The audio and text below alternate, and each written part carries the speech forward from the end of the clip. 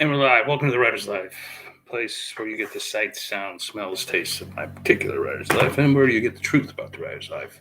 And I hope the sound is coming through because I don't have my microphone. Anyway, hope springs eternal. Subscribe if you haven't already. Punch out the like button and tap the bell for notifications so that you don't miss out on one truly exciting video.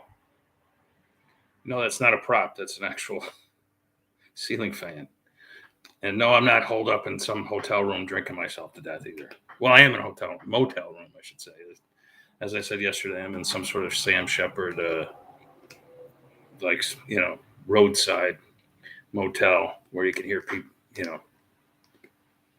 men and women having fights and doing other things, and we're all family here. Anyway, yeah. So I've been on this this kick to find like the perfect Northeast ski type town where kind of rustic. I'm looking for like the old rustic ski town, like everybody wearing cowboy boots and leather coats, and just come off the mountain and having a beer, and going out for a steak, even though I don't eat steak much anymore. Sushi. Times change. I don't think it exists. I've driven hundreds of miles all through Vermont and New Hampshire. I visited another one today.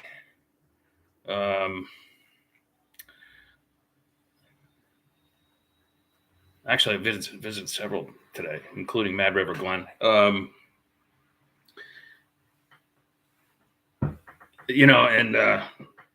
They're all like resorts. They're all like covered in condos, and there's no like downtown. There's no nothing like that.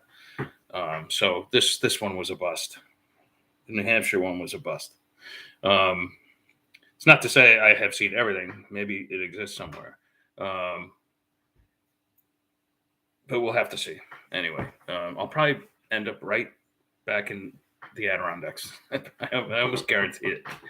Anyway, consistency. I just wanted to talk a little bit quickly about consistency because, as always, I'm talking about Dean Wesley Smith. He just posted his 365th blog on his blog post, and that means he's been blogging every day for 10 years, every day, despite putting out 100 novels, 400 short stories, 44 issues of Smith's monthly magazine, which is, he writes the whole thing, and this is a guy who has time to teach workshops and do other stuff or whatever. Just goes to show you that writing is not some magical thing. If you put in enough time on the chair, you're going to be prolific. Anyway, it goes also back to what I was saying before. You need to find, and I think, even though this is the writer's life, I want these videos to extend beyond the writer's life. I want, it could be any line of work that you pursue. Your own business, or if you're a doctor, if you sell shoes, it doesn't matter. If you love it and you're good at it, you want to be the best at it. And so that takes not only talent, not only takes perseverance, and not only takes strength, and concentration and adaptation, but it takes consistency, and you have to be consistent. I think it took me into my 50s to find what I think is a winning formula for being successful at any kind of business.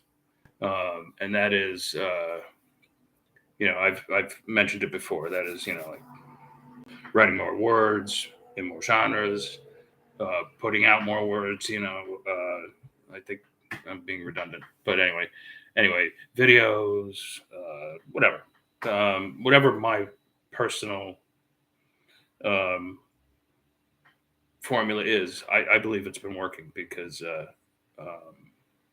my numbers have been going up, and interest in my work has been going up, and for instance, I think like this YouTube channel has been one of the better things I've done. And I've said that before. I think I said it just last week. But it's just because what's working for me, and I'm still making adjustments here and there, doesn't mean it's going to work for you. Maybe you need more of a formal podcasting